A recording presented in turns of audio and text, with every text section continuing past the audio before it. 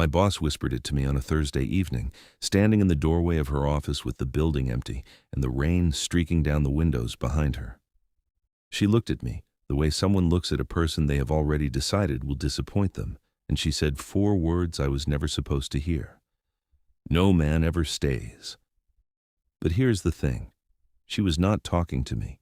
She was on the phone with someone she trusted, and I was the maintenance man walking past her open door with a toolbox in my hand and no reason to stop. But I stopped, not because of the words, because of the way her voice broke on the word stays, like she had said it so many times it had worn a crack through the center of it. My name is Marcus Cole. I'm 34 years old, and I'm the facilities manager at a small architecture firm in Seattle called Ashby and Associates. My boss, the woman who built that firm from nothing, the woman who designed community libraries and children's clinics and spaces meant to hold people together, was a 37-year-old architect named Nora Ashby. She was sharp and steady and respected by every person in that building. But that evening, with the lights on a timer and the hallway going dark around her, my boss whispered something that told me the woman who built spaces for everyone else had been living inside something broken for a very long time. She did not know I heard it, but I heard it. And what I did not understand yet, what she would eventually show me, was why no man ever stayed, and why the reason had nothing to do with what I expected. I kept walking that night. I did not stop at her door. I did not clear my throat or pretend I had not heard.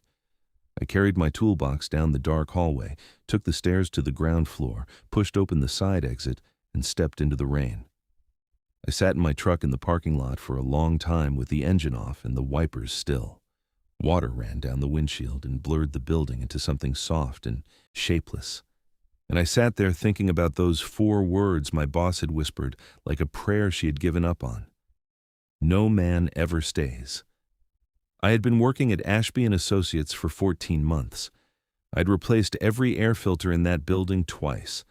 I'd fixed the conference room table that leaned to one side every time someone set their elbow on it. I'd repaired the hot water heater in the basement during a January cold snap, while everyone else was upstairs designing beautiful buildings and drinking coffee they did not have to make. I kept the place running. That was my job. Not designing, not leading. Just making sure the walls held and the lights came on and the pipes did not freeze when the temperature dropped. I was good at it. I understood structures, I understood where things cracked and why, and I understood that the parts of a building you never see are usually the parts keeping it standing. But Nora Ashby, she was something I did not understand yet. I had watched her for 14 months the way you watch someone you work for, but do not really know. She arrived before everyone and left after everyone. She wore clean, simple clothes that looked expensive, but never loud. She kept a single photograph on her desk, turned slightly away from anyone sitting across from her, and I had never been close enough to see who was in it. She spoke to clients the way a surgeon speaks to a patient's family, calm, clear, certain, like the outcome was already handled. She remembered every employee's birthday. She knew the name of the security guard's daughter. She once spent 45 minutes on the phone with a contractor who had made an error, and she never raised her voice, not once, but by the end of the call the contractor had agreed to redo the entire job at his own cost. That was the kind of authority she carried, not loud, not performed, just present, like gravity. But there were edges, moments I had noticed because noticing is what I do. She never attended the office happy hours. She never mentioned a weekend plan that included another person. When people asked her personal questions, she answered with a smile that arrived on time and left early.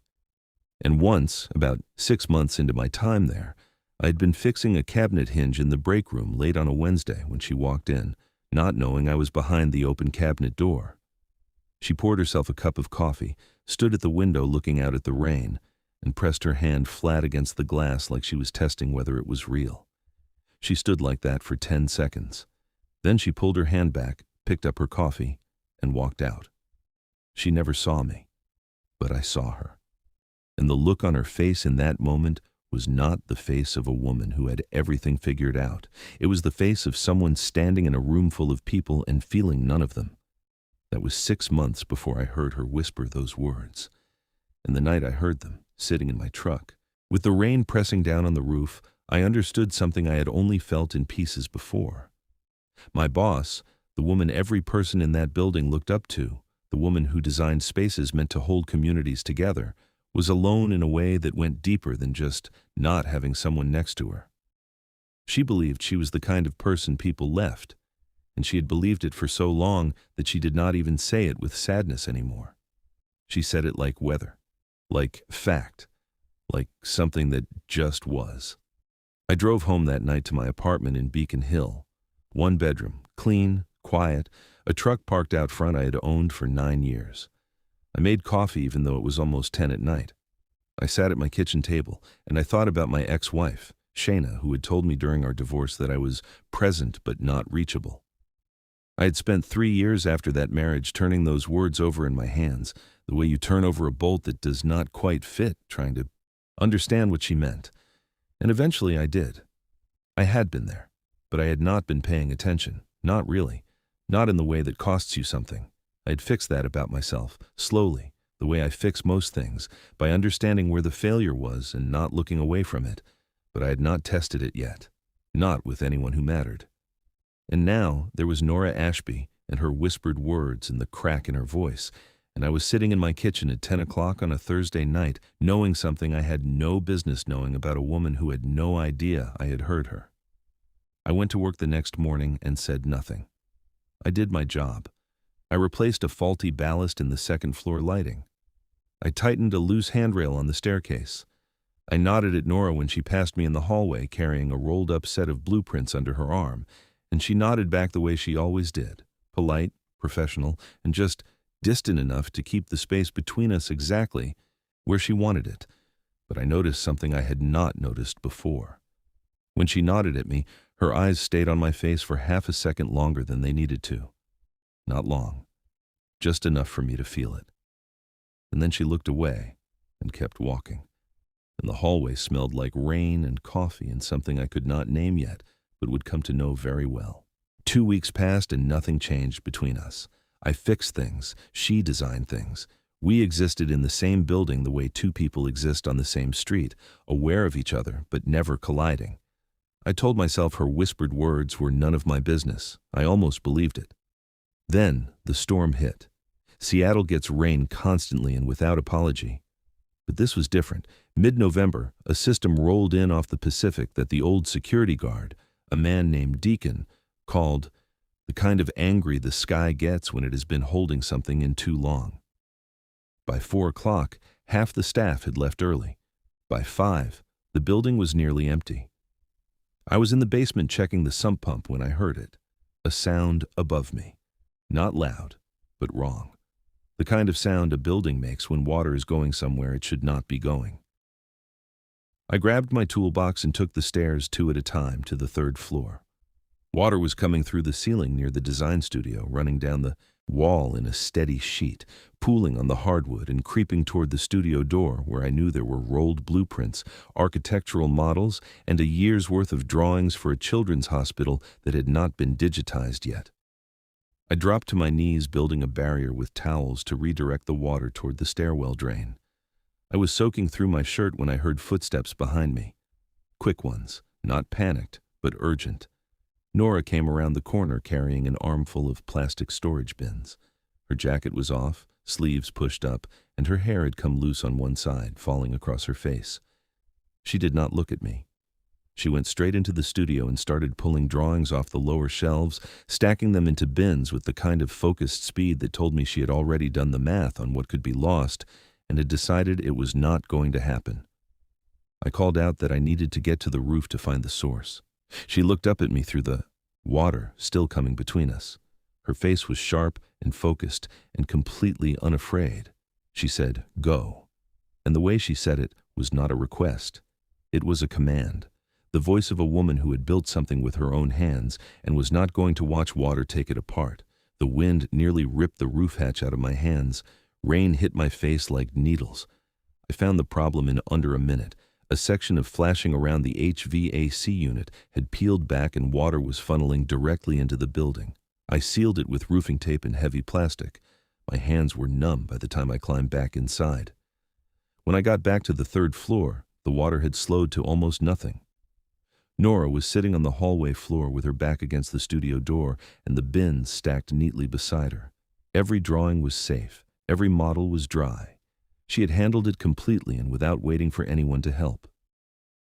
She looked up at me standing there dripping on the floor, and for the first time in 14 months, she did not give me the polite professional nod.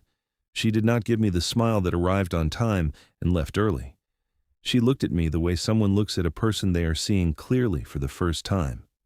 And she said, "You went up to the roof in that." It was not a question. It was something between disbelief and recognition.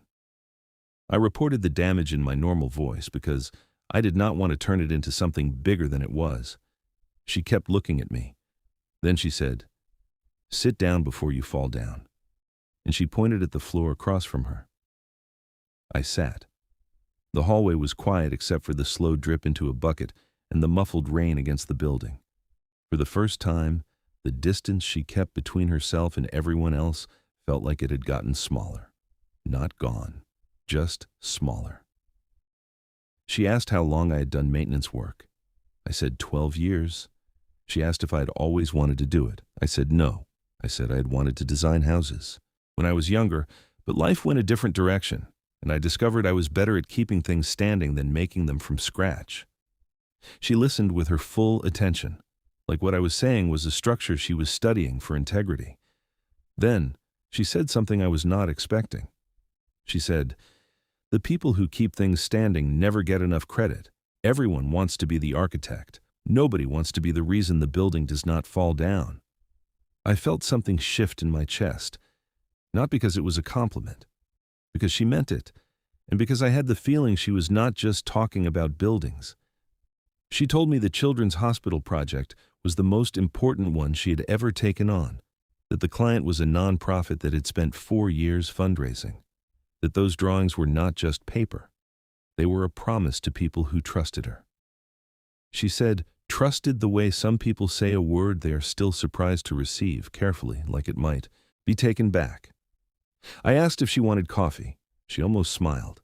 She said the break room machine made coffee that tasted like it had given up on itself.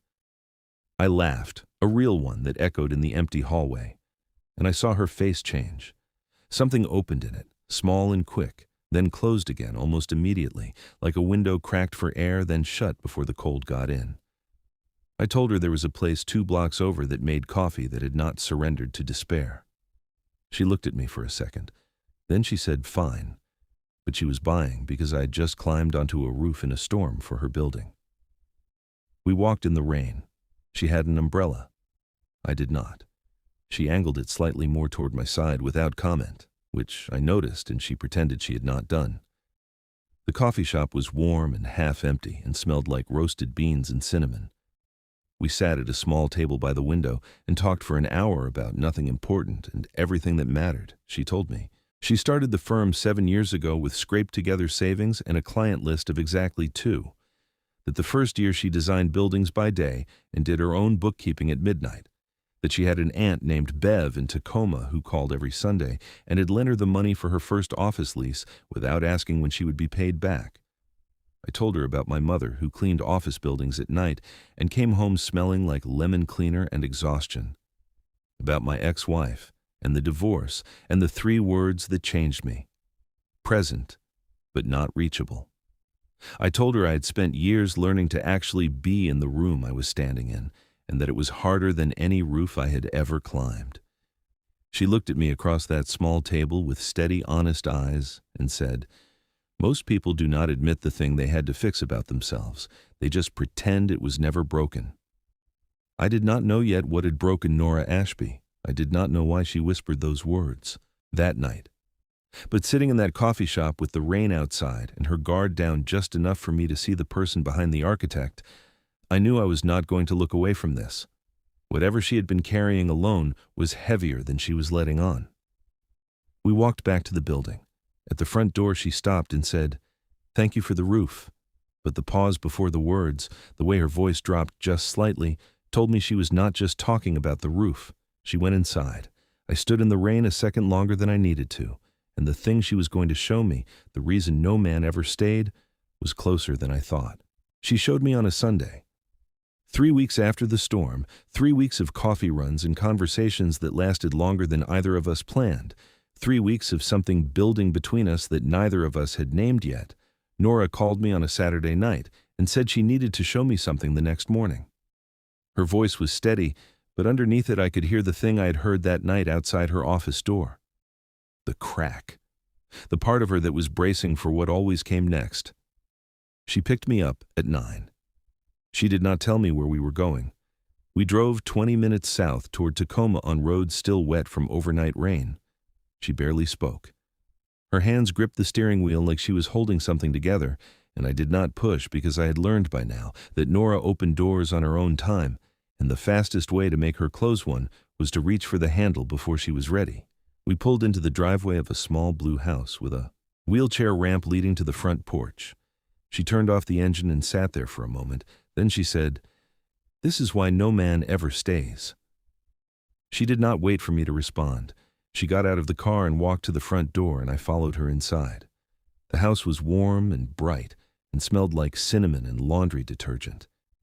Bev, her aunt, was in the kitchen and sitting in a wheelchair by the living room window, looking out at the yard with a blanket across his lap, was a young man with dark hair and the same deep brown eyes as Nora. His name was Caleb.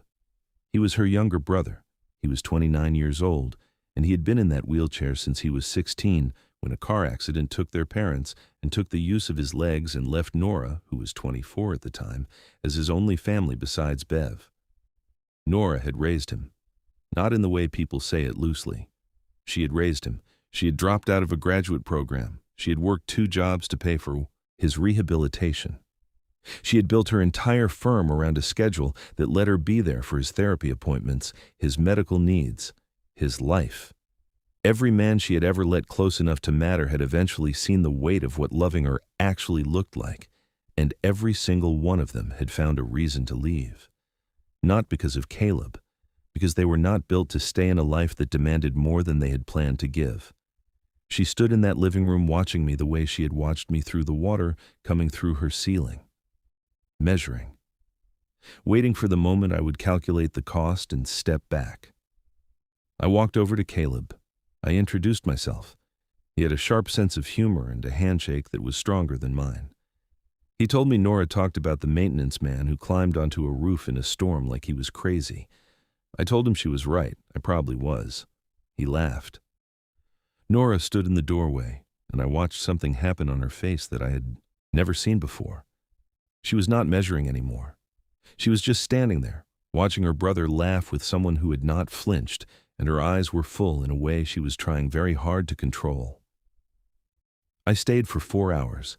I fixed a cabinet hinge in Bev's kitchen. I played cards with Caleb and lost twice because he was ruthless and unapologetic about it. I ate lunch at a table with 3 people who felt like they had been waiting for a 4th chair to be filled for a very long time. On the drive home, Nora was quiet for a while. Then she pulled the car to the side of the road and stopped. She looked straight ahead, and her voice was barely above a whisper when she said, "Every man I have ever cared about has told me that my life is too much, that Caleb is too much, that I give too much of myself to something they did not sign up for." She turned and looked at me. "So if you are going to leave, do it now, because I cannot watch one more person walk away from that house."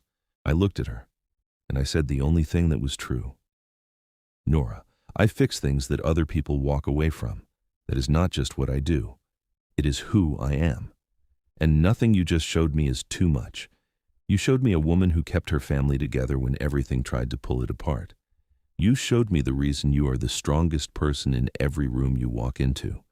You showed me why no man ever stayed, and all I can see is that every one of them was wrong."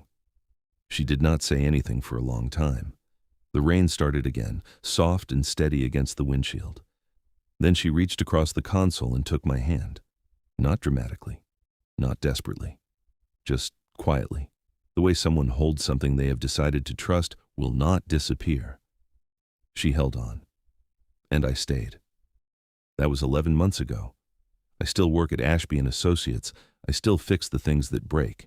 But now on Sundays, I drive to a small blue house in Tacoma and I play cards with a man who still beats me, Every time, and I eat lunch at a table with 4 chairs, all of them full.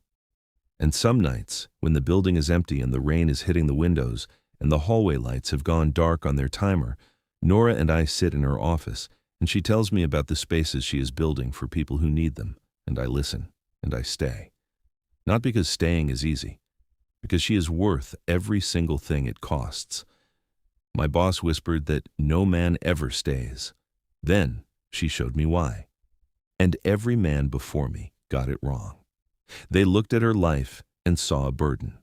I looked at her life and saw the most beautiful thing I had ever been invited into. No man ever stayed. But I did. And I'm still here. If this story touched your heart, hit that subscribe button and turn on the notification bell so you never miss a story like this one. Because the next one might be the one that changes the way you see everything.